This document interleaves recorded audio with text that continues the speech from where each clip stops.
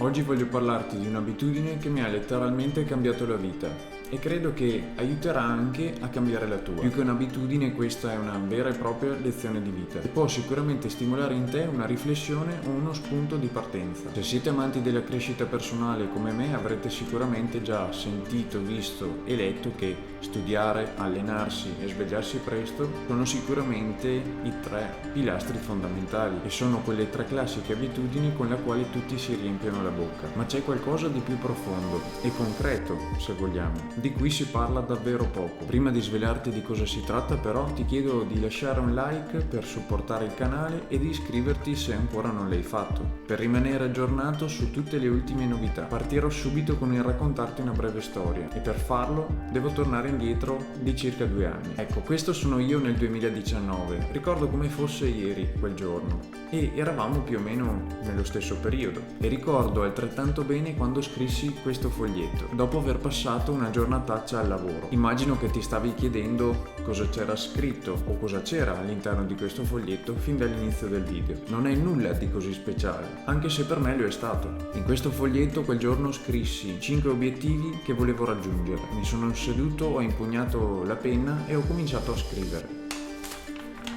E appunto scrissi svegliarsi sempre alle 5 di mattina, 7 giorni su 7, tornare in condizione, leggere almeno un libro al mese, studiare dai migliori e aprire un canale YouTube.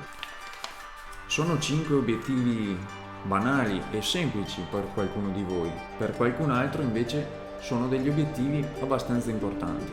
Ma non è questo il punto. In quel momento credevo che fosse tutto realizzabile, in maniera molto semplice, che sentivo il pieno controllo. Poi passano i giorni e succede che ci sono 1000 imprevisti, i tempi non vengono rispettati, arriva un giorno stressante, 2 giorni stressanti, 3 giorni stressanti, una settimana, un mese, e lì il tempo scorre. Ti sembra tutto surreale all'inizio, ma la realtà è proprio questa. Il mondo ti cade addosso ed è pesante. Ti chiedi cosa c'è che non va. Se hai sbagliato qualcosa, ma non riesci a capire cosa. Poi guardi il calendario e vedi che i mesi continuano a passare e tu non stai concludendo niente o poco. E non era quello di certo che ti eri prefissato di fare. Volevo tutto subito e non credo sia una cosa anormale, dato che viviamo in una società in cui vogliamo essere gratificati subito, vogliamo raggiungere i nostri obiettivi subito, vogliamo tutto subito. Il problema fondamentale è che mi mancava una sola cosa, qualcosa che sarebbe stata pochi mesi dopo come benzina per il mio viaggio, ovvero la perseveranza. Se andiamo a vedere infatti cosa significa perseveranza, significa costanza e fermezza nel proseguire i propri scopi e nel tener fede ai propri propositi. Ma la cosa che mi piace di più è virtù che impegna l'uomo a lottare per il conseguimento del bene senza soccombere agli ostacoli e senza farsi vincere dalla stanchezza e dallo sconforto. Ecco, questa frase racchiude tutto quello di cui avevo bisogno e non era un segreto. Ho realizzato che mi mancava la perseveranza nel momento in cui ho preso in mano questo foglietto a distanza di qualche tempo e ho visto che non avevo concluso niente e non mi sono abbattuto, anzi ho messo da parte questo foglio, ne ho preso un altro e ho cercato di concentrarmi e scrivere realmente i miei obiettivi, partendo dal mio vero perché volevo raggiungere quegli obiettivi. Questo è un drive molto più forte e qualche volta si dà per scontato, ma fa tutta la differenza del mondo. Scrivere obiettivi che non vengono da dentro o scrivere obiettivi che magari non sono adatti a noi non ci porta da nessuna parte. Questa volta infatti quando mi sono rimesso a scrivere non avevo solamente la motivazione nel farlo, avevo un perché. Spesso siamo convinti che tutte le persone che ce l'hanno fatta in qualche modo o che hanno raggiunto un successo, che sia sportivo, amoroso o imprenditoriale, siano riusciti a raggiungerlo per un talento naturale. In realtà non è affatto così, sono semplicemente persone che hanno continuato a perseverare. Errore dopo errore hanno continuato a combattere contro loro stessi e contro gli altri, sudando 7 camicie, per arrivare ad essere le persone di successo che sono oggi. Alcuni sminuiscono tutto questo,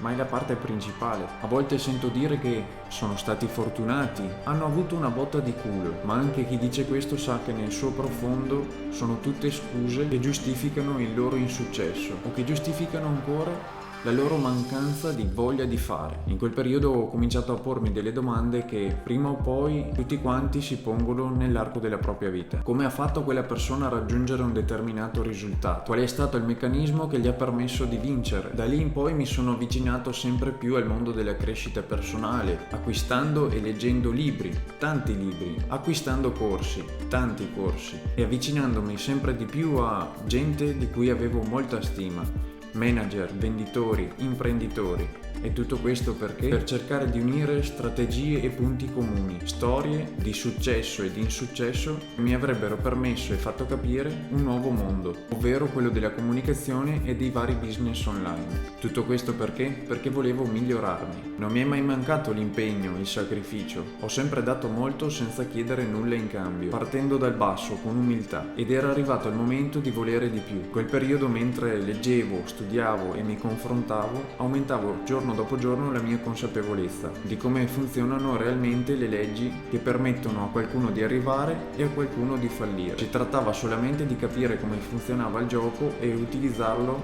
a mio favore. E mentre mi confrontavo con queste persone c'era sempre una costante che era comune a tutti quanti, ovvero la perseveranza. Da allora non ho più avuto paura di sbagliare. Se prima sbagliare mi metteva in una condizione e uno stato d'animo di tristezza e sconforto, da lì in avanti sbagliare e tutt'oggi è un modo per imparare. Se prima ci mettevo un anno a scegliere se avviare o meno un progetto o se aiutare qualcuno in un progetto, ora ci metto un mese e magari fra qualche anno ci metterò qualche giorno. Sta tutto in quanto ci impegniamo e a che livello di impegno ci poniamo. E se ci sono problemi, Einstein aveva proprio ragione. Non si può risolvere un problema con la stessa mentalità che l'ha generato. E io aggiungerei anche: non puoi ottenere nulla in più con la stessa mentalità in cui hai ottenuto quello che hai oggi. Molti di voi mi hanno chiesto sui vari social se faccio lo youtuber e la risposta è assolutamente no. Quello che posso dirvi oggi è che questo canale è nato con lo scopo di tener traccia di tutto il mio percorso, di tutto il cambiamento che molte persone si trovano a voler fare ma non hanno il coraggio di fare, dove porto vittorie e sconfitte senza filtri, mostrando magari anche esperimenti nei vari business, nella comunicazione stessa, quello che ho provato e che funziona e quello che ho provato che non funziona. E di una cosa te ne sarei davvero molto grato: se condividessi tutto questo con altre persone interessate come te, perché questi video non hanno lo scopo di motivare soltanto, che è comunque una parte importante, sono una traccia stimolante per tutte quelle persone che vogliono mettersi in gioco. Può aiutarli a riflettere e stimolare in loro quella scintilla di dire: ok, mi metto in gioco. Dar maggior consapevolezza che in fin dei conti siamo tutti umani è una cosa che mi sta a cuore. Non crediate che anche i migliori imprenditori che oggi vedete con dei risultati fantastici sono partiti da lì, e non credete a quei video dove vi fanno vedere la morning routine che fanno oggi, perché 10, 20 o 30 anni fa sicuramente non era così. Anche i migliori hanno delle giornate no. Non soffermatevi mai a guardare il solo punto di arrivo.